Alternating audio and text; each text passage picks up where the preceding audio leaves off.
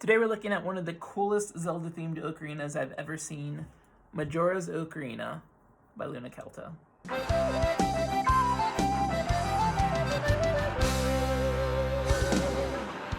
What's up, amigos, and welcome to OcTalk. My name is David, and as I mentioned, we're going to be looking at one of Luna Celta's best ocarinas, in my opinion, the Majora's Ocarina. But before we do that, don't forget to subscribe and hit that notification bell so that you know whenever I post a new music video, tutorial, or review. Now, this ocarina actually came out a couple years ago, but it's something that I've really been wanting to look at because I feel like Luna Celta is one of those ocarina makers that not a lot of people know about, but they are excellent when it comes to design and innovating with different shapes and aesthetics. And being Zelda fans themselves, they didn't skip any beats with this one. This is one of the coolest looking Zelda ocarinas I've ever seen. As you can see, it takes inspiration from Majora's Mask. It's so creepy how accurate it is to the actual mask. As you can see, I'm also a Majora's Mask fan. It's probably one of my top 5 Zelda video games. And so seeing this, and it's pretty impressive.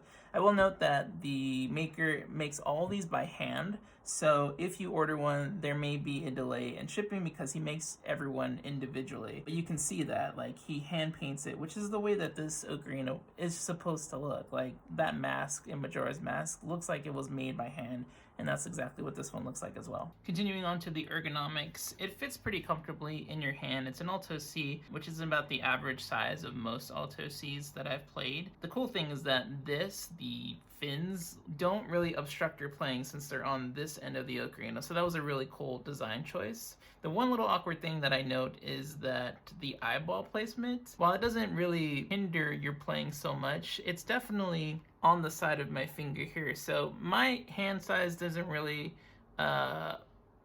affected by that, but depending on your hands, if you have larger fingers or larger hands, that might obstruct your playing of it a little bit, but so far when I'm playing it, it doesn't mess with it too much, especially if I'm playing with slightly curved fingers. It just covers that pretty well.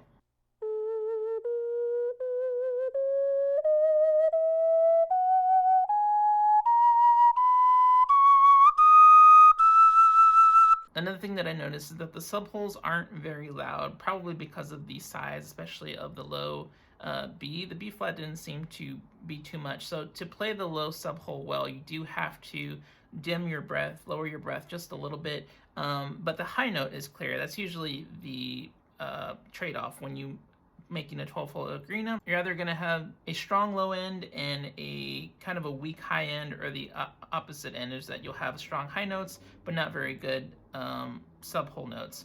And with this, it's the strong high end and weak low end. So the sub-holes aren't super loud, but the high end doesn't actually require the acute bend, which is always a plus.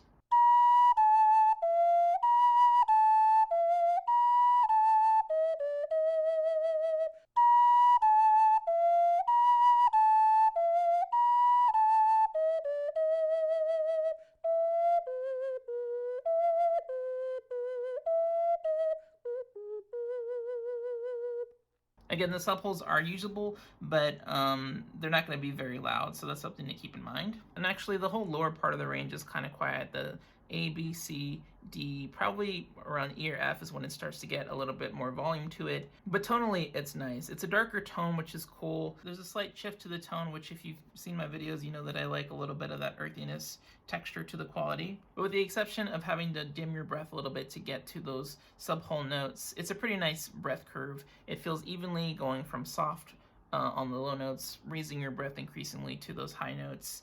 And the high end, it feels pretty good. You don't have to blow super strong or anything.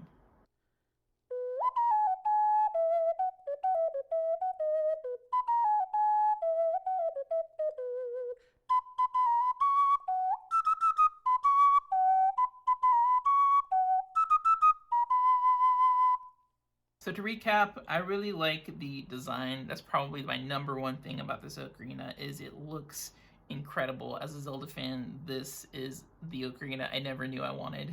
I really like the tone. It's kind of a darker tone with a slight texture to it. That's one of my personal favorite qualities. Unfortunately, I don't feel like the subholes are very strong, as well as the low end as a whole. The high end is nice. Again, it doesn't really need the acute bend. It benefits it from it a little bit. But overall, it plays pretty nice. It feels comfortable, and one of the best designs. Awesome. That's gonna do it for this review. If you enjoyed it, please give it a like. Leave a comment to let me know what you think of this. If there's other Zelda ocarinas you'd like me to review in the future, don't forget to subscribe and hit that notification bell. And until the next video, I hope you guys have an amazing week.